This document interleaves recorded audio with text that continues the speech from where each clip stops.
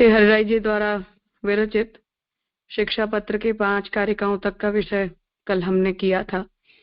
आज आगे छठी कारिका देखें। विवाहादिषु कार्येषु द्वाः सेवार्थमानसः भगवत् संगिसंगोऽपि स्वप्राण प्रेष्ठवार्तया।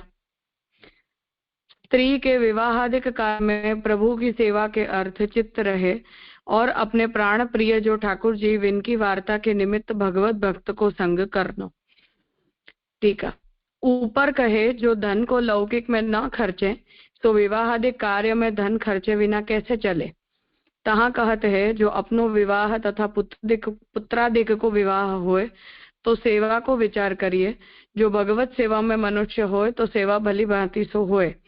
यह विचारी के जितनो द्रव्य विवाह आदि कार्य में अवश्य लगावनो होए तो श्री ठाकुर जी की आज्ञा लेके वह द्रव्य खर्चे।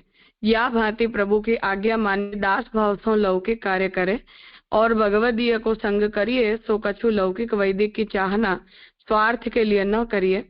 केवल अपने प्राण प्रेष्ठ जो श्री ठाकुर जी तिनकी वार्ता करणार्थ भगवदीय को संग अवश्य करनो। निरपेक्ष भाव सो करनो। अपनी बड़ाई के अर्थ भगवत धर्म कछु न करनो। दैन्य युक्त होए अपनो धर्म जानी करनो। तो यहाँ अब श्री हरिराय जी आज्ञा कर रहे हैं कि पिछले कारिका में जैसा आज्ञा दी कि द्रव्य का यदि हम अपने सुख के लिए उपयोग करते हैं या अपनी संपत्ति के विस्तार के लिए यदि हम करते हैं तो उससे हमारे अंदर लौकिक आवेश बढ़ता है, लौकिक वृत्ति बढ़ती है। इसलिए हमें अपनी लौकिक वृत्ति न बढ़े उस प्रकार से द्रव्य का विनियोग करना चाहिए, जिस पर यहाँ ये प्रश्न उपस्थित कर रहे हैं कि कोई व्यक्ति यदि ऐसा हो तो विवाह उदाहरण है, पर स्वतंत्र रूप से भी यदि कोई लौकिक आदि कार्य हो तो वहां भी हमें अपने द्रव्य का विनियोग तो करना पड़ता है। तो उस स्थिति में क्या करना, तो उसका यहाँ उत्तर दे रहे हैं कि उस स्थिति में हमें ठाकुर जी की सेवा के निमित्त हमारे परिवार के अंदर ही एक व्यक्ति का समावेश हो रहा है, उस भाव से ठाकुर जी की जो सेवा है उससे हमें करना चाहिए। तो जो हमारे परिवार के अंदर नया व्यक्ति आ रहा है या पारिवारिक धर्म के अंतर्गत यदि हम कुछ कर रहे हैं तो हमारे घर का भी प्रत्येक व्यक्ति ठाकुर जी का ही सेवक है। ऐसा भाव रखते हुए लौकिक कार्य के अंदर ठाकुर जी की आज्ञा लेकर हमें अपने द्रव्य आदि का आवश्यकता अनुसार उपयोग करना चाहिए। ये नहीं कि हम उसमें अनाप शनाप लोगों के सामने अपने द्रव्य का प्रचार करने के लिए या अपनी लौकिक ऐषणा को पूरा करने के लिए द्रव्य का विनियोग करें। तो उस तरह से नहीं, पर आवश्यकता अनुसार करना चाहिए। और वही बात जो वैदिक कार्य में भी द्रव्य आदि का उपयोग, क्योंकि विवाह आदि भी अपने आप में तो शास्त्रोक्त संस्कार हैं, इसलिए वहां भी हम जो कुछ भी करते हैं उसे भी लौकिक वैदिक और भक्ति मार्गीय भावों के अनुसार हमें करने चाहिए।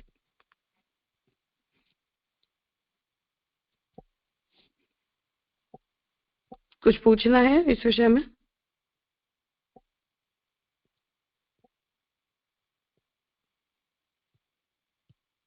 हाँ प्रणव भाई।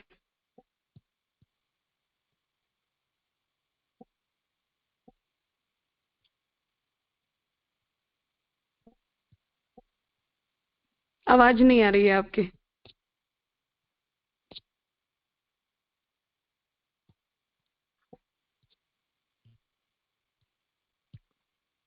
रिकनेक्ट कर लीजिए। और कोई?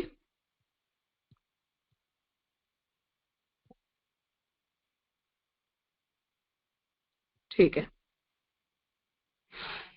अब आगे की कारिका में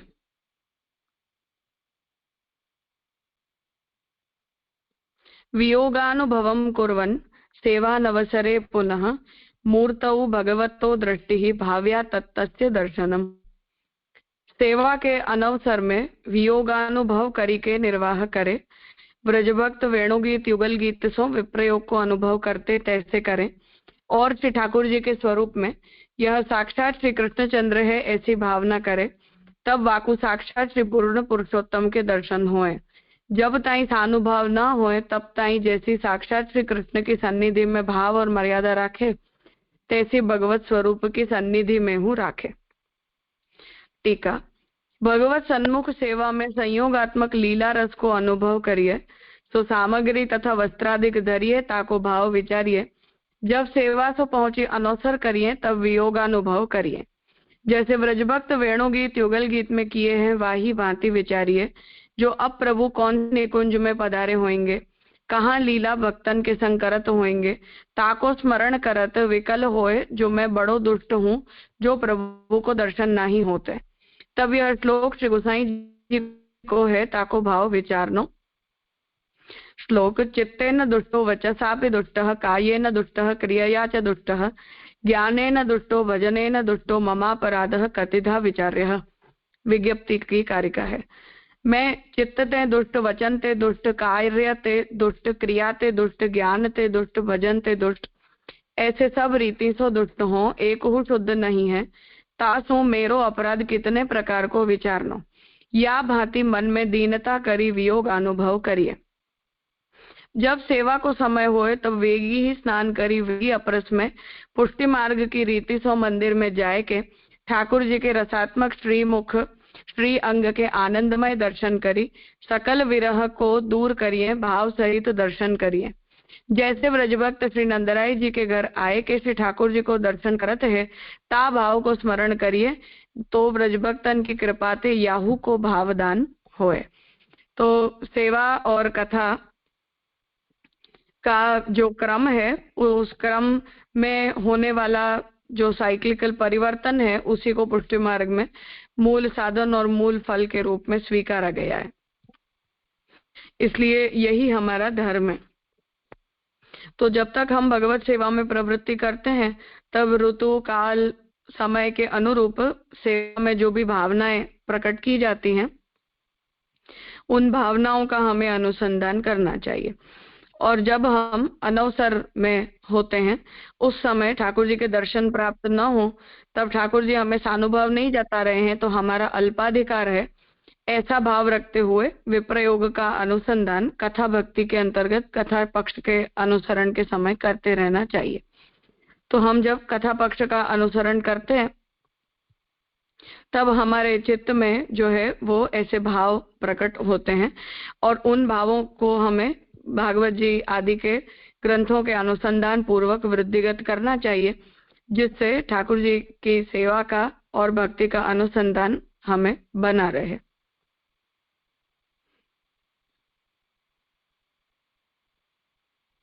कुछ पूछना है?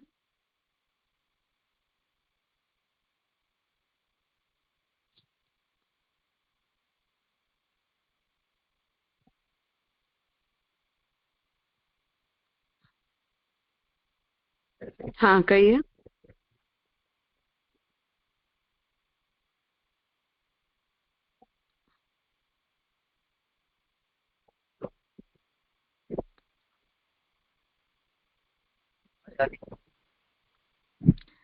आपकी आवाज मुझे स्पष्ट सुनाई नहीं दे रही है।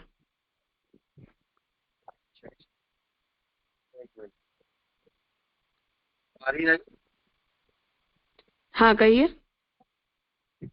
पहला श्लोक था, उसमें जैसे प्यार अपना अनोखी प्यार करते हैं, उसमें ठाकुर जी के लिए अपन को मनोरथ करना चाहिए, वैष्णव को प्रसाद लेवाना चाहिए, या कुछ और करना चाहिए? हाँ, मतलब अपने आप ये क्रम ऐसा ही रहा है कि हम अपने कार्यों के लिए जब भी द्रव्य का विनियोग करें, तो उससे पहले हमें ठाकुर जी के सेवा निमित्त उस द्रव्य का विनियोग करना चाहिए। तो उत्तम हम ठाकुर जी की सेवा के लिए जो कुछ भी कर पाए, वो हम पहले करें। ब्रज में गिरिराज जी के लिए, यमुना जी जहाँ विराजते हो उस स्थान के लिए, वैष्णवों के लिए, इस प्रकार से अपने द्रव्य का गायों के लिए उत्तम कार्यों में विनियोग करके, और फिर हमें अपने लौकिक कार्यों में उस द्रव्य का यथा आवश्यक प्रकार से विनियोग करना चाहिए। धन्यवाद राजा, हो गया समझ।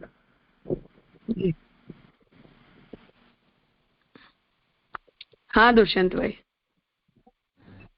जैसे पहले वाला प्रसंग आया था ना, जो गिरे जो खर्च कर रहे हैं, तो उसमें भी ऐसा प्रसंग आता है कि विवाह आदि जब जा रहे हैं कार्य में, प्रभु की सेवा से पहुंच के बाद में जाएं, ऐसा क्रम है जैसे।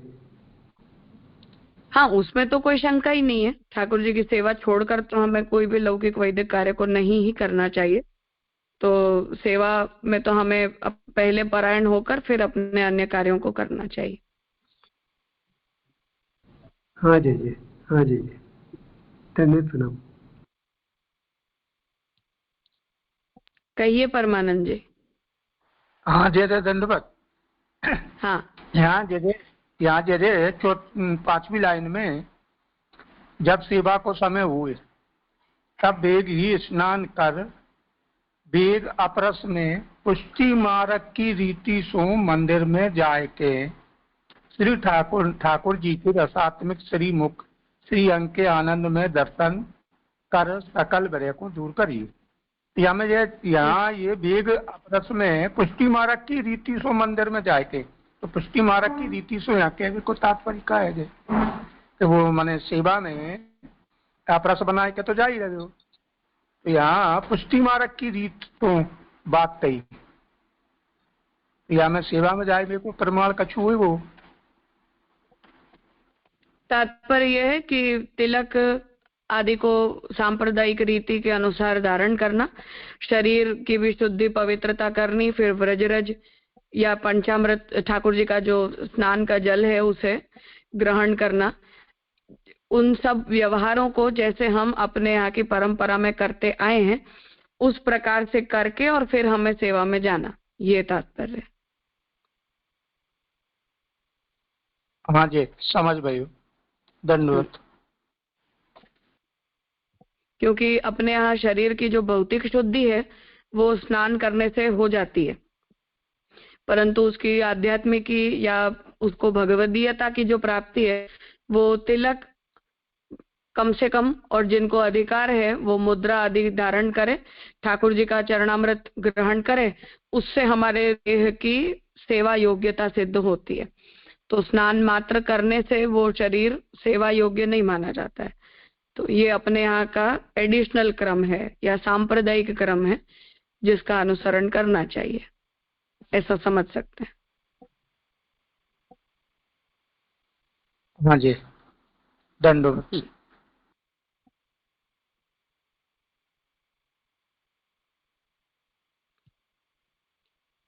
हाँ सुनीता बन।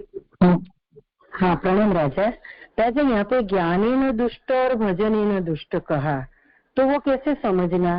चित्त से क्रिया से तो हमको पता चलता है कि हमारा चित्त कहीं और जाता है, लेकिन ज्ञान से और भजन से कैसे समझना? प्रणाम राजा।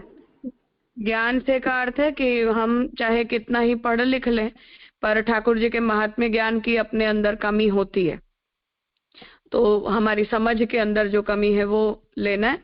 और भजने न दुष्ट से तात्पर्य है कि हम जितनी भी यथा योग्य यथाशक्ति सेवा करते हैं परंतु हमारी भक्ति उतनी उत्तम प्रकार की नहीं होती है जितनी महाप्रभु जी के मार्ग में होने के कारण हमारे अंदर होनी चाहिए। तो वो दोनों बातें समझ सकते हैं। जी राजा, आया समझ में। प्रणाम राजा। हाँ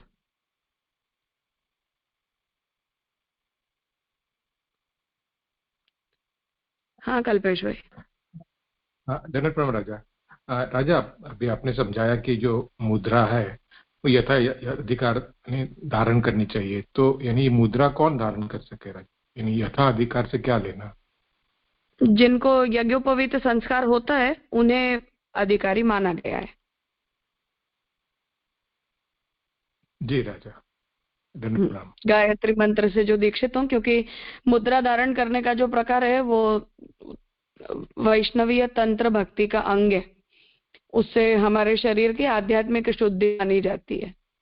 तो जैसा हमारे स्वामी का श्रीअंग है उन मुद्राओं को हमें उनकी शक्ति क्रिया शक्ति को धारण करने के भाव से धारण करना चाहिए। तो जिन्हें जो पुरुष हैं यज्ञोपवीत संस्कार से गायत्री दीक्षा से युक्त है उन्हें धारण करना और अपने यहाँ महाप्रभु जी आज्ञा करते हैं कि वो केवल सेवांग धारण किए जाते हैं। तो जब हम सेवा से बाहर आ जाएं उस समय उन्हें विसर्जित करके बाहर आना चाहिए। तिलक अपने यहाँ, तिलक और कंठी ये दोनों नित्य धारण किए जाते हैं। मुद्रा नित्य धारण करने की आज्ञा नहीं है, केवल सेवांग है। जी राजा, स्पष्ट हुआ। धन्यवाद प्रणाम।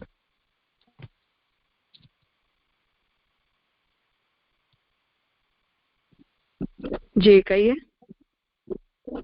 हाँ, दंडवत प्रणाम राजा।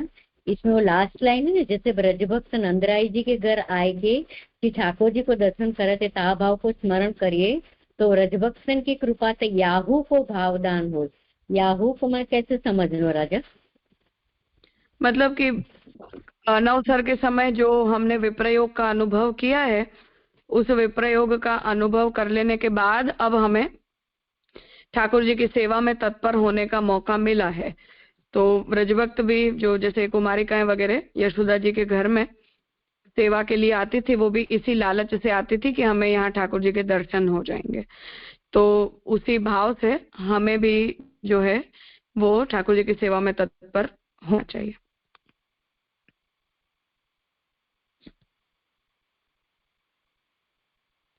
हाँ राजा, दंडवत प्रणाम। धन्यवाद प्रणाम राजा। एक और प्रश्न था राजा। पूर्व में आपने समझाया था कि हमें लौकिक में अगर कभी द्रव्य खर्च करना हो तो प्रभु की आज्ञा लेनी चाहिए।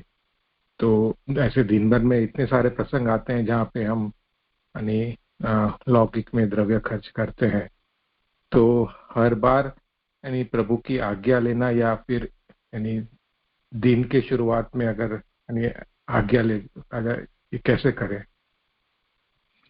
दोनों प्रकार हैं। एक तो जिन वस्तुओं का हम ठाकुर जी की सेवा में यथा योग्य विनियोग कर सकते हैं, या जिन लोगों का, जैसे परिवार के जो लोग हैं, तो पत्नी है, संतान है, तो वो सब जब सेवा में तत्पर होते हैं तो ठाकुर जी के सेवक होने के नाते उनके संबंध से हम जो भी उनके लिए द्रव्य का उपयोग करते हैं उसका तो सेवक के लिए किया गया द्रव्य का विनियोग के भाव से ठाकुर जी को वो अंगीकार हो जाता है।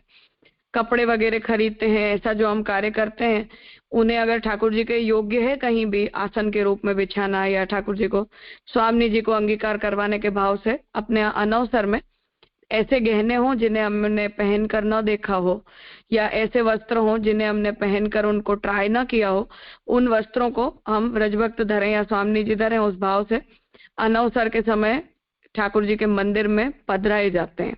अगर हमें उन वो कपड़ों के ऊपर ऐसा भरोसा है तो उस प्रकार से उन सब का हम विनियोग यदि करवा देते हैं तो वो सब आज्ञा लेने के प्रकार में और ठाकुर जी को सन्मुख करवा देने के प्रकार के अंतर्गत गिन लिया जाता है। और जो हमारे उसके भी अतिरिक्त जो व्यवहार होते हैं, चाहे सामाजिक हो, चाहे अड़ोस पड़ोस के लिए, मित्रों के लिए किया गया, ऐसा जो भी सब स्वतंत्र व्यवहार होता है, वो सब हम रोज ब्रह्मसवन मंत्र जब हम बोलते हैं ठाकुर जी के सामने खड़े होकर, तब हमें उनका हमने ठाकुर जी के प्रति विनियोग करवा दिया है। और ब्रह्मसवन मंत्र बोलने के समय ही हमने ठाकुर जी से उन सब विषयों की आज्ञा ले ली है कि हमारा ये सब कुछ आपके प्रति समर्पित है, जिससे ठाकुर जी हमारे उन सभी व्यवहारों को, जो कुछ भी हम आगे के दिन में करने वाले, उन सभी व्यवहारों को समर्पित मान लेते हैं। या तब हमें अपने मन से इन विषयों में भी हम आपसे आज्ञा ले रहे हैं, ऐसा तब हमें भाव कर लेना चाहिए। जी राजा, स्पष्ट हुआ। धन्यवाद प्रणाम। क्योंकि हम चाहे और कुछ करें ना करें, पर ब्रह्मसवन मंत्र तो सभी वैष्णव अपने घरों में रोज बोलते ही हैं। तो जब वो ब्रह्मसवन मंत्र बोलते हैं तब हमें उस आज्ञा के प्रकार में उसे मान लेना चाहिए। जी राजा, धन्यवाद प्रणाम। हाँ स्वातिबेन। धन्यवाद प्रणाम राजा। राजा, यहाँ दूसरे की जो बात आ रही है वो ज्ञान और भजन की बात तो आपने बता दी, लेकिन उसमें आगे से एक भी शुद्धि नहीं है और अपराध दोष के बहुत सारे प्रकार, मतलब बहुत सारे प्रकार को विचार करना चाहिए और मन में इतनी दीनता लानी, तो वहां पे पुष्टि अस्मिता खंडित नहीं हो जाएगी। इतना सब अपराध को विचार करके जब सेवा में आए तो पुष्टि अस्मिता को कैसे रोल रहेगा वहां पे? बैलेंस है दोनों चीजों का, ऐसा कोई नेगेटिविटी डेवलप करवाने की बात नहीं है।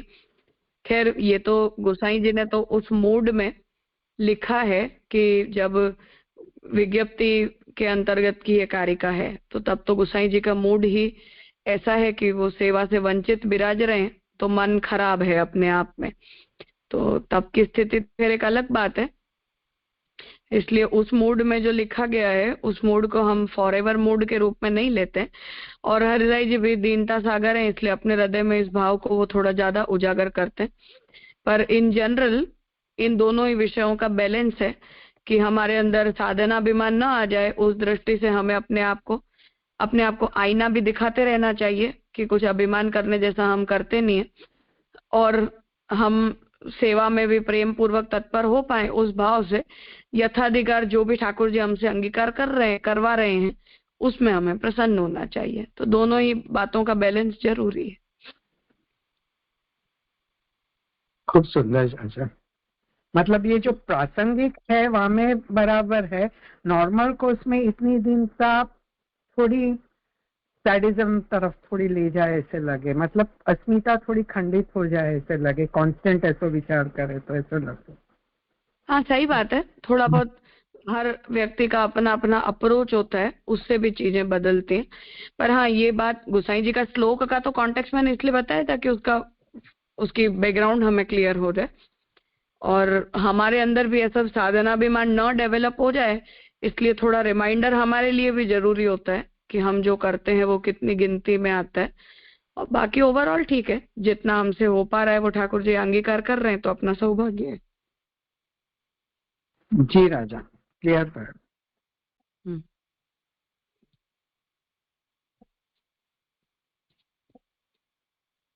ठीक है, आगे 8वीं कारिका में स्पर्शः तत्रैव भावेन सर्वाः तत्रैव तत्क्रियाः भावात् मनो हि यह अनुभवः सर्वो भावेन नान्यथा। भगवत स्वरूप में भाव ही ते स्पर्श करें, तैसे ही सब देह संबंधी क्रिया वाही में करें, क्यों जो भावात्मा को सर्व अनुभव भावते होए अन्यथा न होए। ऊपर दर्शन को प्रकार कहे तामे नेत्र इंद्रिय को सुख भयो, पाछे स्नान करी सेवा में सर्वेंद्रिय को विनियोग होता है। प्रथम मंगला ते पहुंची, पाछे से ठाकुर जी को स्नान करावे, अंग वस्त्र करी ऋतु अनुसार वागा वस्त्र धरावे, या भांति सेवा में भगवत स्वरूप को स्पर्श भाव सो करे। जो हृदय शुद्ध हो तो व्रजभक्त तन की भावना करे, यह भाव विचारे जो अपने घर ते व्रजभक्त वस्त्र आभूषण खिलौना लेके श्री नंदराई जी के घर प्रातः काल सेवा करत है, स्नान करावत है, श्रृंगार आदि करत है। जो शुद्ध हृदय न भयो होए तहाँ ताई राजा जैसो भय मन में राखे, जो प्रभु ईश्वर हैं, अपराध पड़ेगो तो दंड देंगे। या भांति भय संयुक्त अंग स्पर्श करिए, जो शीतकाल होए तो अपनो हाथ सेकी के श्रिय महाकोमल है, ऐसे विचारी के स्पर्श करे तो भाव हृदय में प्रकट होए। या भांति मंगला ते शयन पर्यंत शरीर की सगरी क्रिया भाव सहित करे। जितनी वस्तु सेवा में होए सो सबन को भाव सहित स्वरूपात्मक जानी के सेवा करिए, भाव विना अन्यथा न करिए। सर्वात्म भाव से ठाकुर जी की सेवा करे तो स्वरूपानंद को अनुभव होए। अब यहाँ गोपेश्वर जी बहुत सी बातें समझा रहे हैं कि हम दर्शन करते हैं तो वो तो हमारे आंखों का ठाकुर जी की सेवा में नेत्रों का रूप का तन्मात्रा का सद्विनियोग होता है।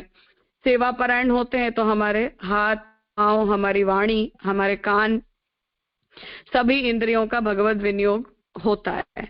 इसलिए भावात्मक रूप से हमें ठाकुर जी परब्रह्म हैं, परमेश्वर हैं, नंदराज कुमार हैं, इस भाव से ठाकुर जी के स्वरूप को हमें जानना चाहिए। क्योंकि ठाकुर जी के स्वरूप में लेश मात्र भी यदि हम शंका करते हैं तो अपने यहाँ कोई मंत्र प्रतिष्ठा है नहीं कि मंत्र से भावित होकर ठाकुर जी विराजते हों, तो भाव प्रतिष्ठा है। इसलिए यदि हमारा ठाकुर जी के स्वरूप में या ठाकुर जी की सेवा में भाव खंडित होता है तो फिर ठाकुर जी उस सेवा का अंगीकार नहीं करते हैं। इसलिए भाव प्रदान होने के कारण अपने भाव को हमें निरंतर चेक करते रहना चाहिए। जो व्रजभक्तों की बात बता रहे हैं वो उस भाव से समझनी है कि अपने यहाँ हम जिस घर में ठाकुर जी की सेवा करते हैं उस घर में जिस दिन ठाकुर जी पधारते हैं उस दिन से हम अब ये घर, ये नंदराई जी यशोदा जी का घर है, ठाकुर जी का घर है, उस भाव से यशोदा जी, नंदराई जी और व्रजभक्तों के परिकर के रूप में हम अपने ही घर के अंदर रहते हैं। इसलिए उस घर के ऊपर अपने स्वामित्व का हमारे अंदर अभिमान नहीं होता है, परंतु ब्रजभक्त और नंदराई जी, यशोदा जी ही ठाकुर जी की सेवा पहुंच रहे हैं और हम उनकी परिचर्या कर रहे हैं, ऐसा भाव हमें अपने अंदर रखना चाहिए।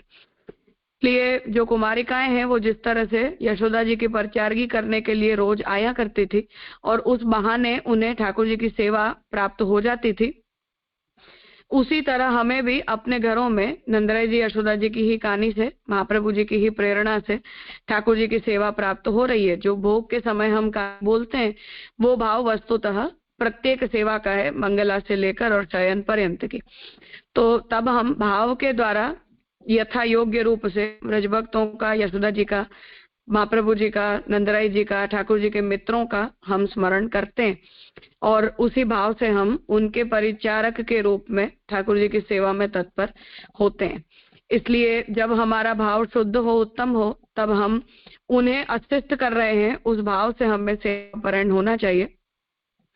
और जब तक हम प्रारंभिक रूप से सेवापरायण हैं तब तक, क्योंकि ठाकुर जी के स्वरूप की और सेवा के विषय में पूरा ज्ञान हमारे अंदर नहीं है, इसलिए उन स्थितियों में हमें स्वामी से भय रखना चाहिए। तो भय बिनु होत न प्रीति की तरह ठाकुर जी से हमें डरना चाहिए। हमारे स्वामी हैं, हम उनके सेवक हैं, इसलिए वो भय प्रयुक्त स्पर्श जो आप बता रहे हैं वो उस भाव से बता रहे हैं ताकि हम सेवा में असावधानी न बरतें, अपने अधिकार से ऊपर बढ़कर ठाकुर जी के साथ कोई अन्यथा व्यवहार न कर जाएं। उन सब विषयों की सावधानी सेवा करते समय हमें रखनी चाहिए। और इस प्रकार मंगला से शयन पर्यंत पूरी सेवा में हमें प्रवृत्त रहना चाहिए, अपनी इंद्रियों का भगवत विनियोग करना चाहिए और यथा समय ठाकुर जी की सेवा में लीला, ऋतु, समय आदि के भावों को प्रकट करते हुए और अपने देह का, इंद्रियों का भगवत विनियोग करवाना चाहिए। ठाकुर जी जैसे स्वरूपात्मक हैं पूर्णतः, उसी प्रकार से ठाकुर जी की उपयोग में आने वाली प्रत्येक वस्तु, ठाकुर जी की सेवा में रहने वाले सभी लोग, मतलब हमारे परिवार के सदस्य भी, सभी लोगों के अंदर ठाकुर जी के सेवक हैं, इसी प्रकार का भाव हमें रखना चाहिए। लौकिक भाव वहां नहीं रखा जाता है। परिवार के जो सदस्य हैं उनसे हमारा जो भी लौकिक संबंध है वो गौण है और भगवत संबंध हमारा मुख्य है। इसलिए उसी भाव से ठाकुर जी की सेवा के समय ऊंची आवाज में बोलना, किसी को डांटना, फटकारना, ये सब अपने यहाँ अशिष्टता बताई गई है। तो हम सब ठाकुर जी के सेवक हैं, सेवक के अंदर छोटे बड़े का कोई भेद नहीं होता है, इसलिए हम सभी लोग एक जैसे हैं, ठाकुर जी हम सभी के स्वामी हैं। उस भाव से जो जिस प्रकार की सेवा में प्रवृत्ति कर सकता है या जिस प्रकार की सेवा में जिसकी कुशलता है उस सेवा में उसे परायण होना चाहिए और अपनी इंद्रियों का उत्तम प्रकार से जो कुछ भी हमें अच्छे से अच्छा आता है उस प्रकार से हमें ठाकुर जी की सेवा में अपने शरीर का, अपनी इंद्रियों का विनियोग करवाना चाहिए। ये आज्ञा यहाँ गोपेश्वर जी कर रहे हैं। कोई प्रश्न है?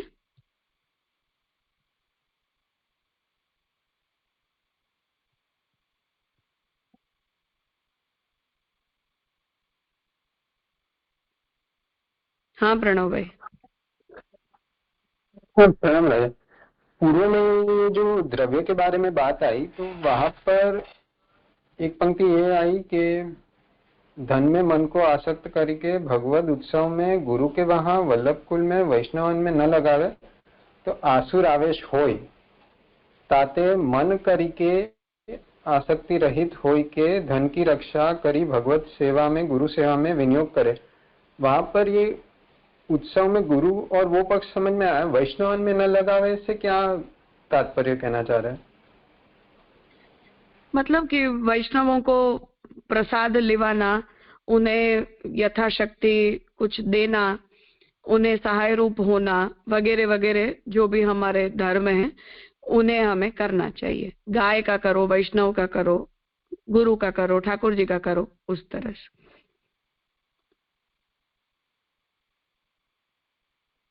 जी राजा।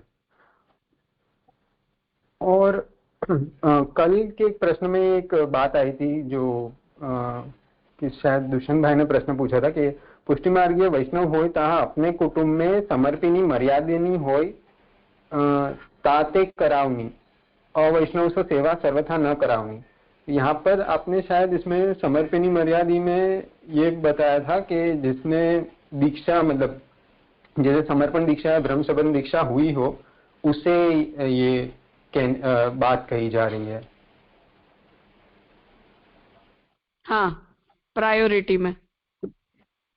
तो प्रश्न इस संदर्भ से था कि ये जहाँ पर सेवा के अंतर्गत ये बात आ रही है और वहाँ जो ये अंतरंग सेवा में सामग्री आदि की बात आ रही है, तो वहाँ पर जो एक प्रकार से कोई परिचारक है या परिचर्या कर रहा है या अंत्यवासी शिष्य भी है, तो उसके संदर्भ में तो वो स्वयं तो स्वसेव्य अगर उसके माथे नहीं विराज रहे तो वो तो शायद ऐसा समर्पणी या मर्यादा होएगा नहीं। तो फिर उस कॉन्टेक्स्ट में फिर उसे क्या विकल्प या निचले दूसरे स्तर पे समझेंगे ऐसे? मतलब प्राथमिक अपने यहाँ का पुराना क्रम ये है कि बिना ब्रह्म संबंध वाले लोग ठाकुर जी की अंतरंग सेवा में प्रवृत्ति नहीं करते हैं। तो सखड़ी रसोई खास करके, दूधगर या बाहर की परिचर्या अलग बात है, पर जो सखड़ी रसोई सिद्ध होती है वो स्वामी जी और यशोदा जी के भाव से की जाती है, इसलिए वो अंतरंग सेवा है, अति अंतरंग श्रृंगारवत।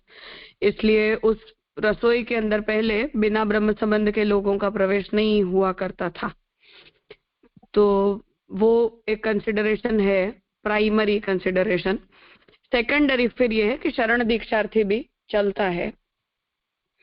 और पहले ये होता था कि कुल परिवार के जो लोग होते थे वही करते थे, तो क्योंकि वर्णाश्रमादि आचार की भी वो थी, तो जो भी एक्सटेंडेड फैमिली मेंबर्स होते हैं वो सब किया करते थे, कम से कम मतलब गोस्वामी फैमिलीज में हमने जैसा देखा है। तो बेटियां हो, जमाई हो, उनके जो परिवार होते हैं, को घर जमाई वगैरह रहते थे, तो कुल परिवार के ही लोग होते थे। जो लोग ये मुखिया भितरिया वगैरह के जो पोस्ट है वो ऐसे हायर्ड सर्वेंट्स नहीं थे, एक्सटेंडेड फैमिली मेंबर्स हुआ करते थे, तो सब मिलकर करते हैं, उस तरह से रहते थे। तो वो एक स्थिति थी। तब तो ब्रह्म संबंध दीक्षार्थी हुआ करते थे। अब ब्रह्म संबंधी नहीं है तो सखड़ी की रसोई नहीं करके दूधगर आदि की जो बाहर की बाल भोग वगैरह में पहले भी ऐसा होता था कि जब भी हेल्पर्स की जरूरत पड़ती थी तो दूधगर में जो सेवा होती है, जलघड़े की जो सेवा होती है, पात्र मांजना वगैरह, उसमें और फिर ज्यादा से ज्यादा अनसखड़ी की जो सामग्री वगैरह बनती है उसमें। पर राजभोग में जो ठाकुर जी नित्य सखड़ी राजभोग में और सैनभोग में आरोपते हैं, उसके अंदर तो कभी भी घर के लोगों के अतिरिक्त और किसी का प्रवेश नहीं ही होता था। ये सब जगह की एक कॉमन रीत थी। तो सखड़ी की रसोई के अंदर तो बाहर के लोगों का प्रवेश बहुत बाद में हुआ है, मतलब ऑलमोस्ट अभी 50 साल के अंदर हुआ है। उससे पहले तक हमारे घरों में भी नहीं होता था, मतलब गोस्वामियों में भी नहीं होता था और वैष्णवों के वहां भी नहीं होता था। तो वो सब शक्ति सामर्थ्य की बात है, बड़ी फैमिलीज होती थी, इसलिए मैंने बात कही थी कि वो प्राइमरी कंसिडरेशन है। और अपने यहाँ का वो भावात्मक प्रकार भी है कि वो अंतरंग सेवा है तो घर के ही किसी व्यक्ति को करनी चाहिए। फिर अब जो समय बदला है, स्थितियां बदली हैं, उस स्थिति में फिर ये है कि कम से कम शरण दीक्षार्थी होना चाहिए। पर गोपेश्वर जी जो लिख रहे हैं वो उस जमाने की बात लिख रहे हैं, इसलिए उनके कंसिडरेशन में आज की स्थिति नहीं है, इसलिए उनके वचनों को हम इस तरह से इंटरप्रेट नहीं कर सकते, इसलिए वो तो ब्रह्म संबंध के अर्थ में ही कह रहे हैं। अब हमारा जो इंटरप्रिटेशन है वो भी प्राइमरी ब्रह्म संबंध का है, सेकेंडरी शरण दीक्षा का है, और थर्डली जनरल कोई भी वैष्णवी दीक्षा हो, अवैष्णव न हो, ये लास्ट कंसिडरेशन है। जी राजा, वो पक्ष तो स्पष्ट है कि अभी जो आधुनिक समय में हो रहा है वो मर्यादा तो यहाँ पे नहीं रही, वो मतलब कोई कनिष्ठ प्रकार ही हो रहा है। पर मेरा प्रश्न वहां के ही संदर्भ में था कि तभी भी जो अंतेवासी थे, ऐसे शिष्य वर्ग बहुत ही मतलब बहुत ही व्यापक रूप से ऐसा देखा गया है, और यह जो परिचारक भी थे। तो फिर जो आप कह रहे हैं उससे संदर्भ ऐसा बन रहा है कि वो अंतेवासी और परिचारक मात्र शायद बाहरी सेवा या बहुत से ज्यादा तो दूध घर या मतलब उस स्थल तक ही जहां तक सामग्री सिद्ध ना करने हो, उस प्रकार से वह अंतेवासी कभी भी रहते होंगे सामग्री तक उनकी। 100% स्पष्ट हुआ। ठीक है, तो आज यहाँ रखते हैं। अन्य जो प्रश्न हैं उन्हें हम कल ले लेंगे।